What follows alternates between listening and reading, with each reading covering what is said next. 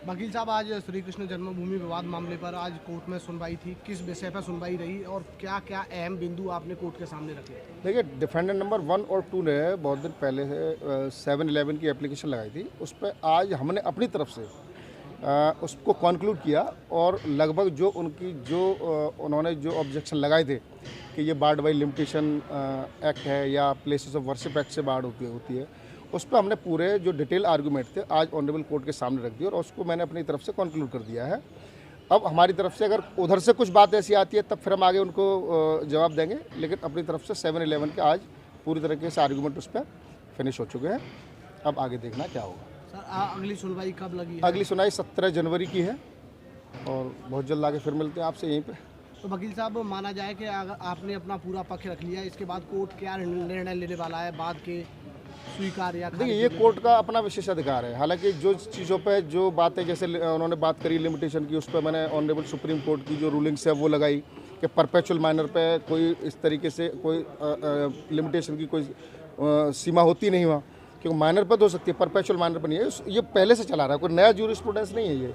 ये supreme court ने जो राम जन्मभूमि केस था उसमें इस बात को माना है। इसके अलावा बात रही प्लेसेस ऑफ वर्शिप एक्ट वाली, तो उसके लिए हमें कहीं जाने की आवश्यकता नहीं पड़ी। ये इसी परिसर से, यानी डिस्ट्रिक्ट जज के यहाँ से सिविल डिवीजन नंबर 2/2021 में ये ऑनरेबल डिस्ट्रिक्ट जज ने भी ये माना कि ये प्लेसेस ऑफ वर्शिप एक्ट से ये बार्ड नहीं होता और प्लेसेस ऑफ वर्शिप एक्ट की जो सेक्शन 4 का सब सेक्शन 3 का सब क्लॉज बी में ये पूरी तरीके से व्याख्या है कि ये हमारा जो मैटर है वो प्लेसेस ऑफ वर्शिप एक्ट के दायरे में नहीं आता। अब कब सुनवाई होने वाली है? 17 जनवरी को। प्लेंटिफ के प्लेंट का अध्ययन करने के पश्चात में, प्लेंटिफ के अधिवक्ता की बहस सुनने के पश्चात में यह इस पर दिखाई पड़ रहा है कि प्लेंटिफ का suit place of worship act से बाढ़ नहीं करता है। लगता स्पष्ट यह है कि प्लेंटिफ का जो सूट है ऑर्डर 7 रूल 11 CPC से बाढ़ नहीं है। प्लेंटिफ के द्वारा अपने बात पत्र में जो मुख्य सुविधा क्रमांक नंबर 1 चाहिए गई है, उसके माध्यम से उन्होंने कंप्रोमाइज़ को चुनौती दी है और कंप्रोमाइज़ को चुनौती दी गई है वो निश्चित तौर से इस एक्ट से बाढ़ नहीं है। देखिए, मनीष यादव वाले मुकदमे में ऑलरेडी हमारी जो एक एप्लीकेशन थी ऑर्डर 7 रूल 11 की, इस मुकदमे को इनिशियल स्टेज पे रद्द करने की, उस संबंध में आर्गूमेंट कंटिन्यूसली चल रहे थे। इनिशियली हमारे आर्गूमेंट हुए और आज मनीष यादव जी की तरफ से इसमें जवाब अपना आर्गूमेंट किए जा रहे थे, जवाबी आर्गूमेंट, लेकिन वो आज कंक्लूड नहीं हो सके क्योंकि ऑनरेबल कोर्ट ने ये कहा कि सुनली सेंट्रल वक्फ बोर्ड की तरफ से भी 7-11 की एक एप्लीकेशन और लगी हुई है। दोनों ही एप्लीकेशन पर अगर वो मनीष यादव वाले जो पक्ष के सुरजीत यादव जी वकील हैं, अगर वो दोनों एक साथ आर्गूमेंट कर दें तो दोनों का जवाब हमारी तरफ से एक साथ आ जाएगा।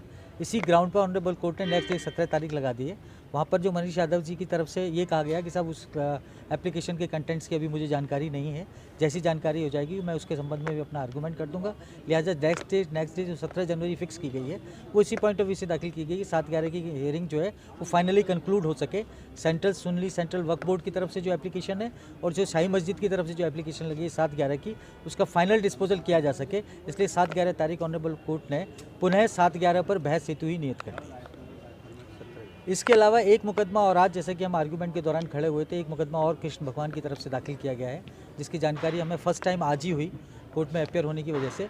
उसमें हम लोग एप्लीकेशन मूव कर रहे हैं कि उसमें भी कोई आदेश पारित करने से पहले हमें भी सुनवाई का मौका दिया जाए, उस मुकदमे की सारी नकलें हमें दी जाएँ, उसके बाद हमें मौका दे ऑनरेबल कोर्ट कि हम अपनी समुचित जवाबदेही दाखिल कर सकें और अपना जवाब दाखिल कर सकें। तो वो फाइल अभी ऑनरेबल कोर्ट के पास अंदर ऑर्डर में है, हमारी एप्लीकेशन संबंध में मूव की जा रही है। डेफिनेटली हमें पूरा विश्वास है कि ऑनरेबल कोर्ट हमें भी सुनवाई का मौका देगी, उसके बाद ही इस मुकदमे में फर्दर कोई सुनवाई हो सके।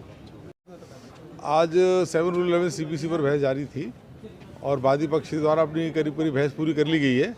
हमारे द्वारा उसका उत्तर दिया जाना है जो भी उन्होंने मामले उठाए हैं, और कहीं उनका मामला बनता नहीं है, इस पर अपने कोर्ट का ध्यान भी आकर्षित कराया है, क्योंकि ये भारी लोग हैं और इनका कोई अधिकार यहाँ मुकदमे दर्ज करने का नहीं है। ना तो उस लैंड के ये मालिक हैं, ना ये जन्मभूमि ट्रस्ट के सदस्य हैं, ना सेवा संस्थान के सदस्य हैं, और कोई डॉक्यूमेंट्री प्रूफ भी इनके पास नहीं है।